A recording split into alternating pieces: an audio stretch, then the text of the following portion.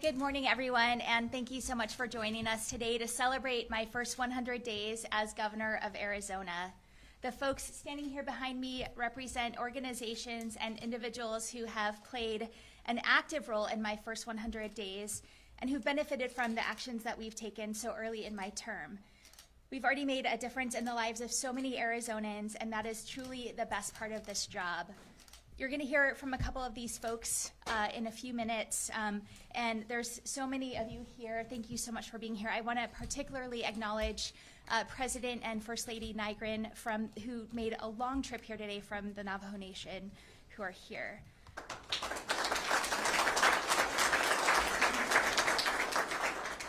Lieutenant Governor Monica Antone from the Gila River Indian Community, thank you for being here with us. My office's partnership with Gila River and Arizona's 22 tribes has been a highlight of my first 100 days.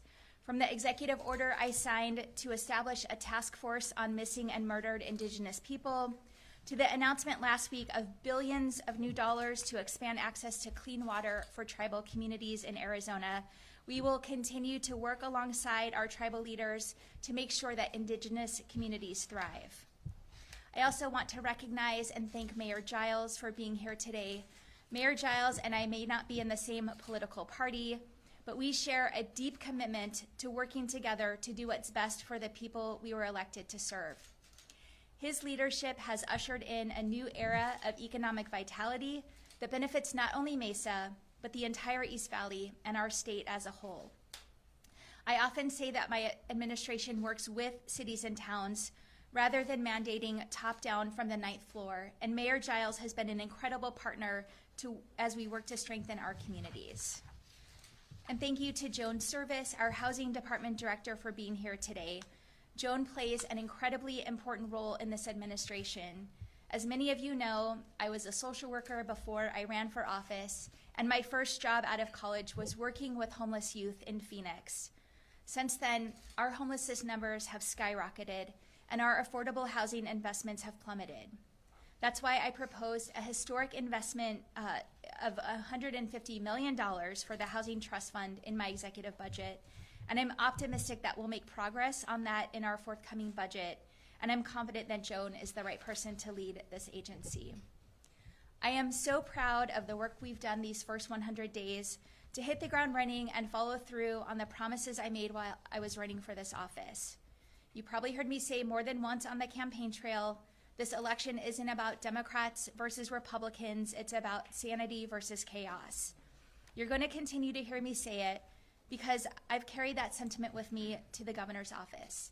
Every single day, I recommit to putting partisanship aside and governing our state with common sense, Arizona First solutions. I've chosen to keep my focus on the issues Arizonans told me they wanted their next governor to prioritize. I've signed more than 40 bills into law that passed the legislature with bipartisan support. In fact, the first bill I signed was sponsored by Republican Senate President Peterson. As promised, I'll work with anyone who has a good idea to move our state forward. Now, I've also had to use my veto pen a lot already, but part of my promise to bring sanity to our state government means stopping the conspiracy theories, the attacks on our freedoms, and the out-of-touch legislation that frankly isn't doing anything to address serious issues. I'll continue to veto bills like that, but I'll also continue to prioritize the issues Arizonans tell me they are most concerned about. Take education. As the sister of 2 public school teachers, I'm intimately familiar with the challenges that educators are facing that are causing them to leave the profession and leave our students without enough high-quality educators. That's why I created the Educator Retention Task Force, made up of a diverse group of educators from across our state who will each bring a unique perspective on how we can hold onto our best and brightest teachers. Border security is another area where we need solutions, not more political theater. In my State of the State address, I said I would stop politicizing our southern border and instead get to work on real border security. In my first week, I made it a priority to ask Homeland Security Secretary Alejandro Mayorkas to come to Arizona's border and see firsthand the burden we bear because of Washington's inaction. Last month, together in Nogales, Secretary Mayorkas and I announced a new operation to stop deadly fentanyl from reaching our border. In just its first week, this operation successfully intercepted 100 pounds of cocaine, 700 pounds of methamphetamine, and 900 pounds of fentanyl. That's not a political talking point. That is real action that saves lives. Looking back on these first 100 days, we've already taken action on so many urgent issues, including reproductive rights, water, corrections reform, and infrastructure, just to name a few more. If we want to continue the incredible economic growth that we've seen in our state, if we want to make sure companies continue to move here, start here, and grow here, if we truly want to make Arizona the best place to live and have a family, we must address these critical issues. The first 100 days is just the beginning. There is so much more to do, but I'm excited about the foundation we've laid and where we're going next.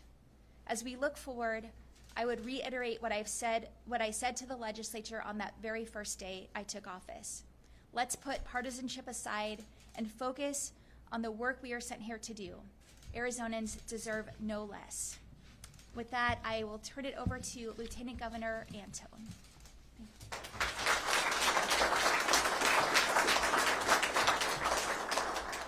Skuggshadik. Good day. My name is Monica Antone, Lieutenant Governor for the Gila River Indian Community. It is a true honor to be here today to celebrate Governor Hobbs' first 100 days in office.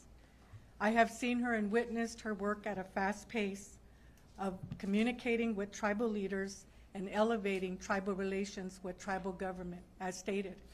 It's been a real honor to watch her make the promises that she brought forward, and she proved this by coming to the Gila River Indian community to hear testimony on the boarding school era, the trauma and abuse that our people as indigenous people inflicted. That was a true leader. It was stated by Secretary of Interior Deb Haaland that it was the first governor to come on to tribal lands and hear those stories. As stated, Governor Hobbs was the first to initiate the Missing and Murdered Task Force, and I'm grateful for my colleagues that work with her in the Senate office from the Native American caucus here. Senator Hatatali and many of them have stood behind to make sure that they work together. I agree, Governor Hobbs has been a bipartisan measure to make sure that she's working for the great state of Arizona. I also want to conclude with stating that as tribal nations, we're very honored to watch Governor Hobbs in her first 100 days work at a fast pace for our people. Not just indigenous people, but people of diverse communities, the Hispanics, the African American. I've seen her work with her advisory committees that she has formed and listening to us, and that's what we needed, was to listen. Have a governor listen to the real truth that are happening. And more importantly, from the bottom of my heart, I thank her for looking into the sober living crisis right away and holding agencies accountable for what we've been plagued with indigenous people. So with that, I'm here in honor to celebrate Governor Hobbs' first 100 days. She is truly a leader that has stepped up for our people. Sapo, thank you.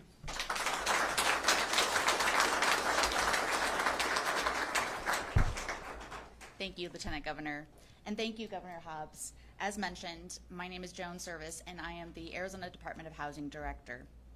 I want to thank you all for having me here. We might be celebrating her first 100 days in office, but it was on her second day where I joined her in repairing the roof of a mobile home of a local Avondale residence. She quite literally picked up a circular saw and got to work. It was later that same week, through executive order, she reconvened the governor's Interagency and Community Council on Housing and Homelessness. This private, public, partner, and community-based group will work on addressing our state's housing crisis.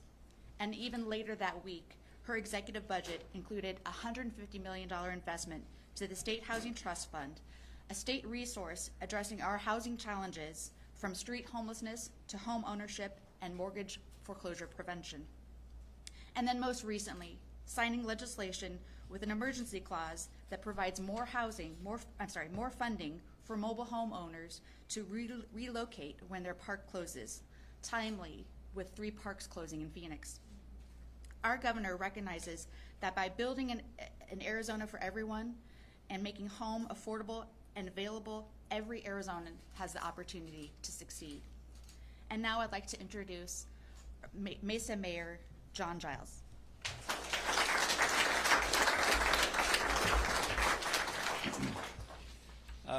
Several pounds ago, I used to run marathons. If you're a distance runner, you know that the first mile of the race is just the first mile. To run a great race, you need to have a good start, but you also have 25 more miles ahead of you. You have to set the right pace and stay focused on the job ahead. Katie Hobbs knows this is a marathon, not a sprint. She understands that the state needs to tackle our challenges with sustainable, long-term solutions for all Arizonans. But to have a good race, as I said earlier, you have to have a good start, and Katie Hobbs is off to a great start. Governor Hobbs has protected the local controls that help Arizona's cities and towns chart their own course.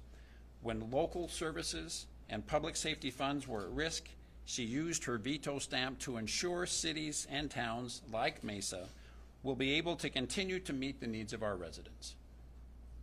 Under her leadership, we continue to see economic development success across the state. She's also aggressively promoting our state abroad, including opening trade offices in South Korea and Taiwan.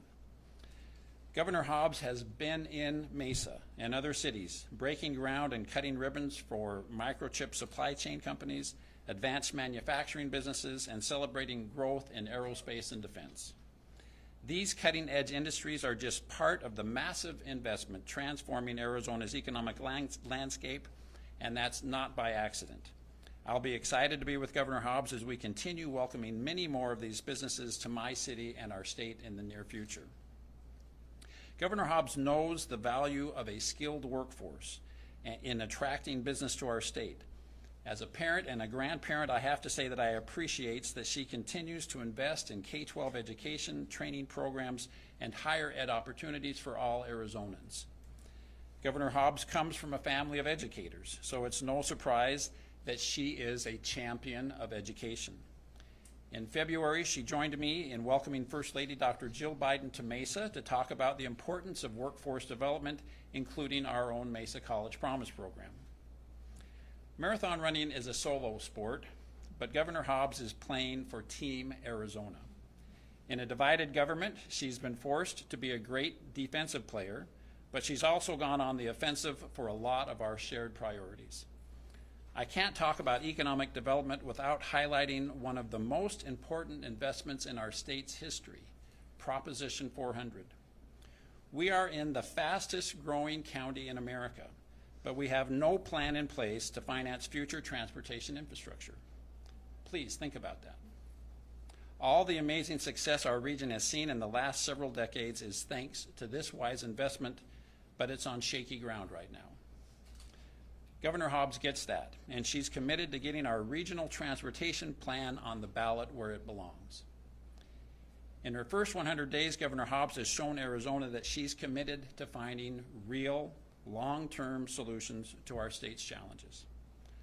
I appreciate that. Governor Hobbs, I look forward to working with you to achieve your vision of an Arizona for everyone. Thank you.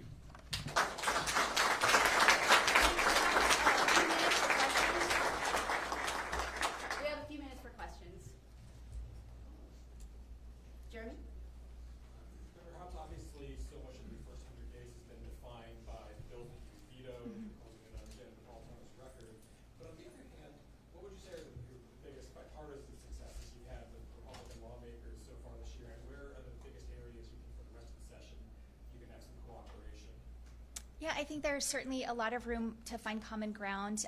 We have demonstrated that in the fact that I have been meeting regularly with leadership to talk about a budget. I think we're very close to a bipartisan agreement there. I don't think anyone thought we would be at that place in the first 100 days, and so I'm really encouraged by that. It shows that when there's a common goal, we can work together. And I think the mobile home legislation that was that Director Serviss reference is another area. We have a housing crisis, and there's a lot of room to come together to address the affordability issues that we have in Arizona. Governor, you've been dubbed the veto queen. Your reaction to that nickname, is that something you embrace? And then can you talk a little bit about why you vetoed, I don't have the numbers, but it was yesterday, the fentanyl bill. Yes, so I did not come here to veto bills. I came here to solve real issues for Arizonans, and I've made it clear that I'm not going to support legislation that doesn't address the real issues we're facing. And so the legislature has, certainly put that to the test. But as I also mentioned, I've had the chance to sign a lot of legislation, bipartisan legislation, into law, and I'm proud of that as well. The fentanyl bill yesterday, what I would like to see is a more narrow solution that focuses specifically on the manufacturer of fentanyl rather than has the potential to criminalize substance abuse, folks with substance abuse disorder. Governor Hobbs. Actually, it was Nate. Oh, Governor, some of the biggest policy priorities you have relating to things like housing, water, funding for education are issues that will need to go through the legislature to make substantial change happen. How much should your supporters judge you on your ability to get that done this year or next year while there's a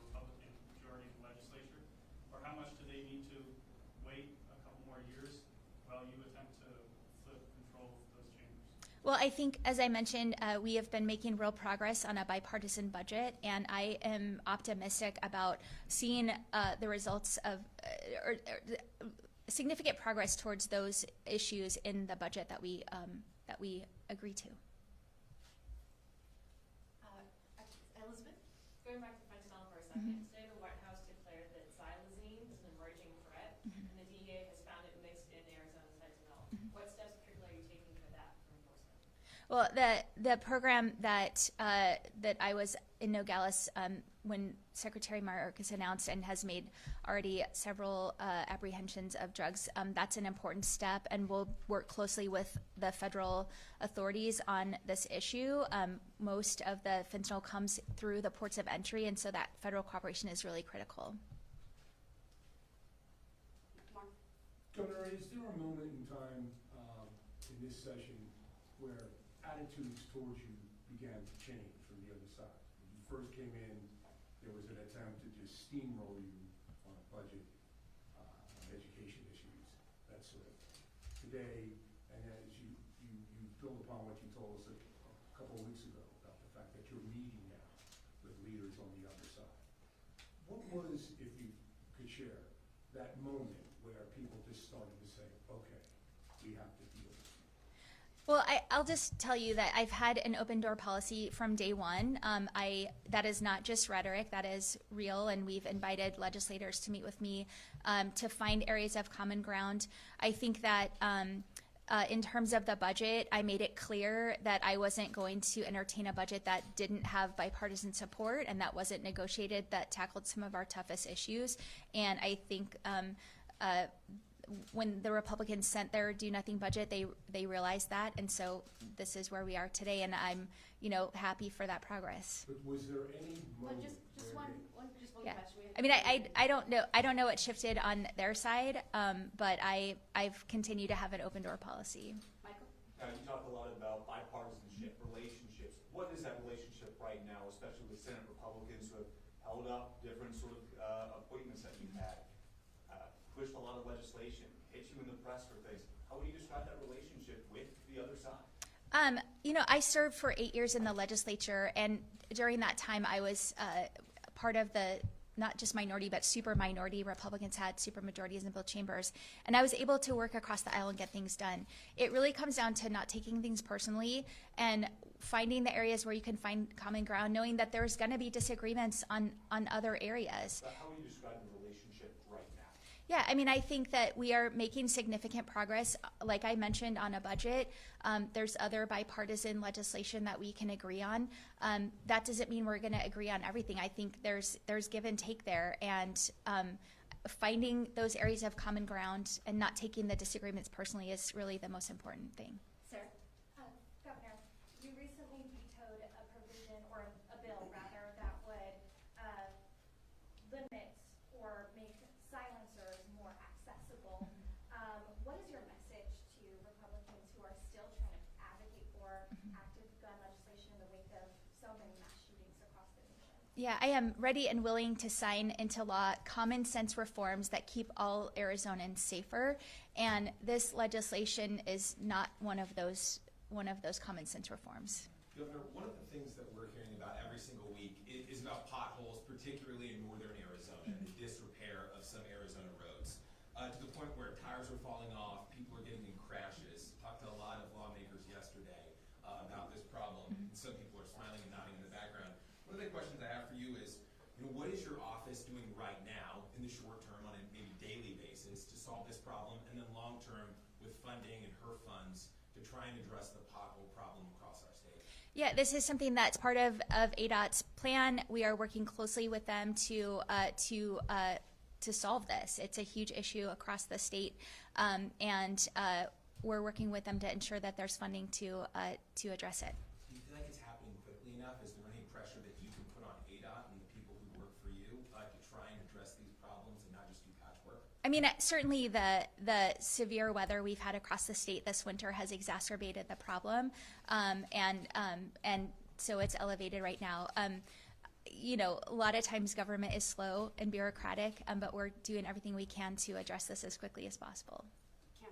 Yeah, so going back to the budget, you've mentioned that you're working with Republicans on specific items. What are those specific items that you've been talking with that are? I'm not gonna talk specifics here. Last question? Well, Governor, on the Housing Trust Fund, Mm-hmm.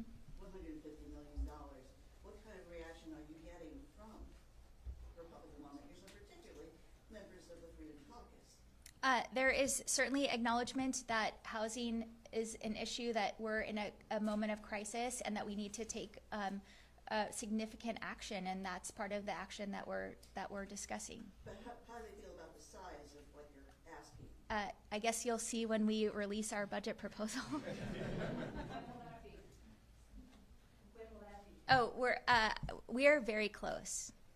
Thank you. Yeah, thanks everyone.